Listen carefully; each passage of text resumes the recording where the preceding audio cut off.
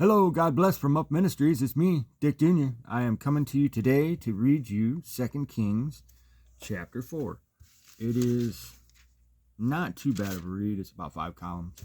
So usually 4 or less is, and then 5 or more Anyway, I prayed and I asked God to help me to speak with you today. And I suggest that anytime you place yourself in God's Word, that you also pray and ask Him for knowledge, wisdom, and understanding specifically. And He's going to give them to you. Why? Because He doesn't want us to be in the dark about what's in here. He wants us to understand what He wants and what He needs and what He's done and who He is, okay? He wants us to understand that.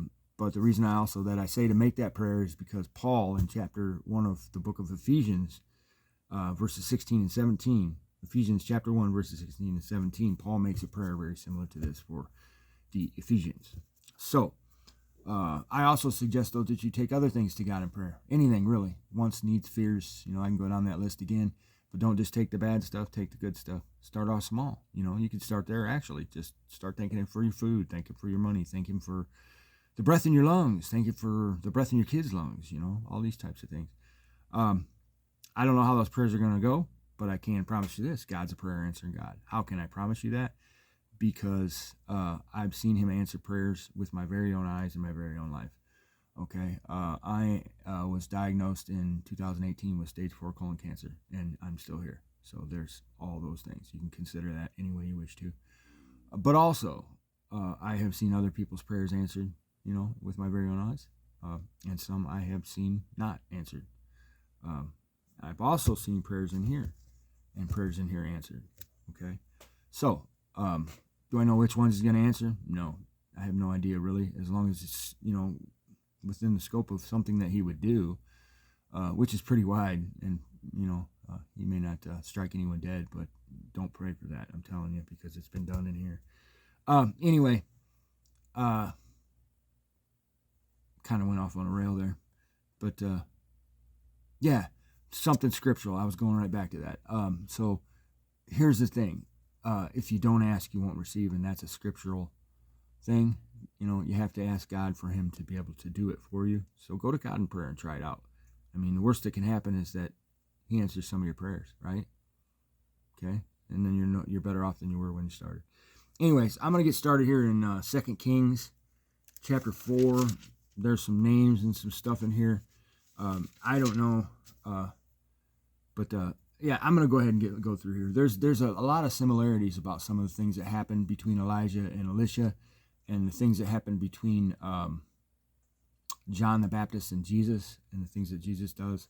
So anyway, I'm just talking about similarities here. I'm not saying that they are one and the same or any of that type of thing at all, except for John the Baptist being Elisha, because Jesus said that he was unequivocally.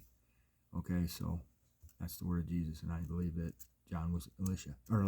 Sorry, not Elisha, Elijah. So anyway, I'm going to get started here in chapter 4. Now a certain woman of the wives of the sons of the prophets cried out to Elisha, "Your servant, my husband, is dead, and you know that your servant feared the Lord, and the creditor has come to take my 2 children to be his slaves."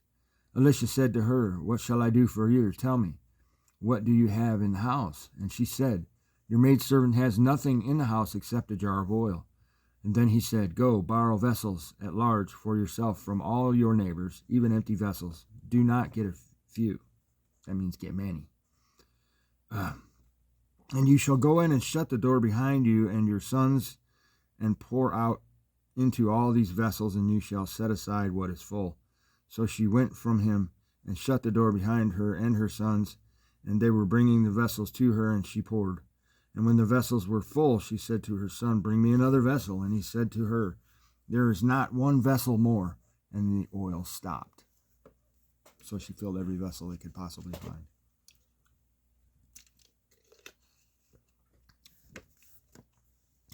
Then she came and told the man of God, and he said, "Go sell the oil and pay your debt, and you and your sons can live on the rest."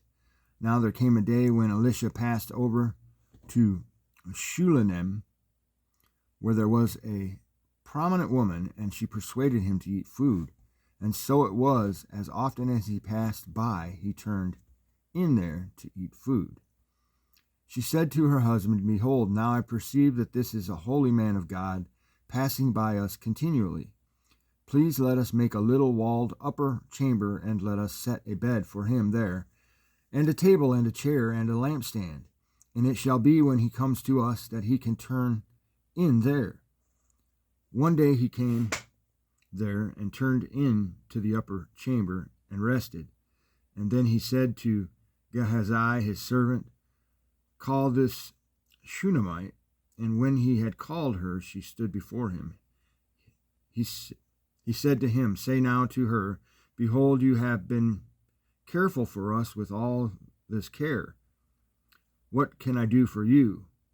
Would you be spoken of to the king or to the captain of the army? And she answered, I live among my own people.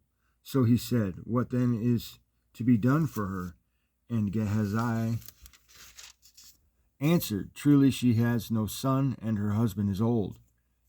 He said, Call her. And when he had called her, she stood in the doorway.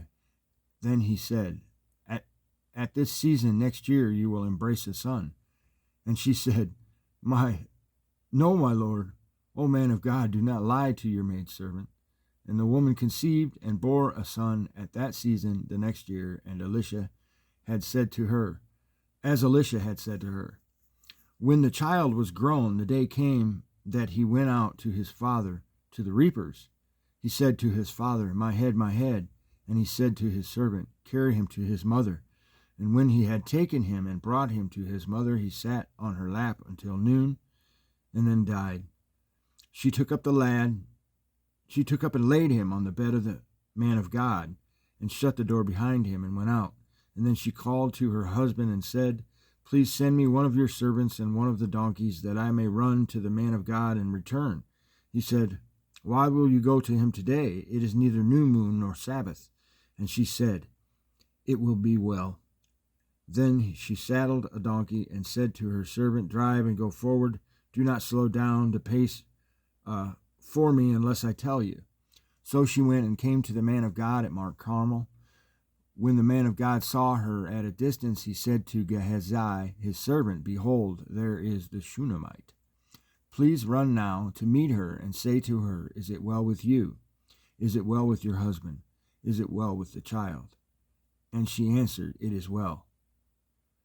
When she came to the man of God to the hill and caught hold of his feet, and Gehazi came near to push her away, but the man of God said, Let her alone, for her soul is troubled within her, and the Lord has hidden it from me, and has not told me. Then she said, Did I ask for a son from my Lord? Did I not say, Do not deceive me? Then he said to Gehazi, Gird up your loins and take my staff in your hand, and go your way. If you meet any man, do not salute him. If anyone salutes you, do not answer him, and lay my staff on the lad's face. The mother of the lad said, As the Lord lives, and as you yourself live, I will not leave you. And he arose and followed her.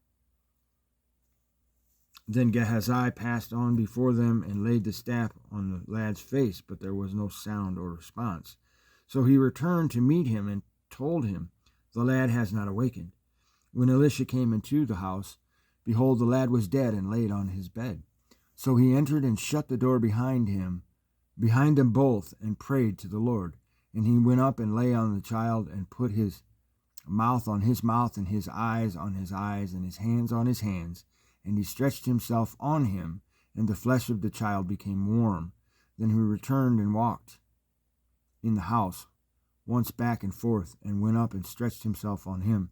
And the lad sneezed 7 times, and the lad opened his eyes. He called Gehazi and said, Call this Shunammite. So he called her, and when she came in to him, he said, Take up your son. Then she went in and fell at his feet and bowed herself to the ground, and she took up her son and went out. When Elisha returned to Gilgal, there was a famine in the land. As the sons of the prophets were sitting before him, he said to his servant, Put on the large pot and boil stew for the sons of the prophets. Then one went out into the field and gathered herbs, and found a wild vine, and gathered from it his lap full of wild gourds, and came and sliced them into the pot of stew, for they did not know what they were. So they poured it out for the men to eat. And as they were eating of the stew, they cried out and said, O man of God, there is death in the pot. And they were unable to eat it. But he said, Now bring meal. And he threw it into the pot and said, Pour it out for the people, that they may eat. Then there was no harm in the pot. Now a man came from Baal Shalishah, and brought the man of God bread of the first fruits, 20 loaves of barley, and fresh ears of grain in his sack. And he said, Give them to the people, that they may eat. His attendant said, What will I set this before 100 men? But he said, Give them to the people, that they may eat.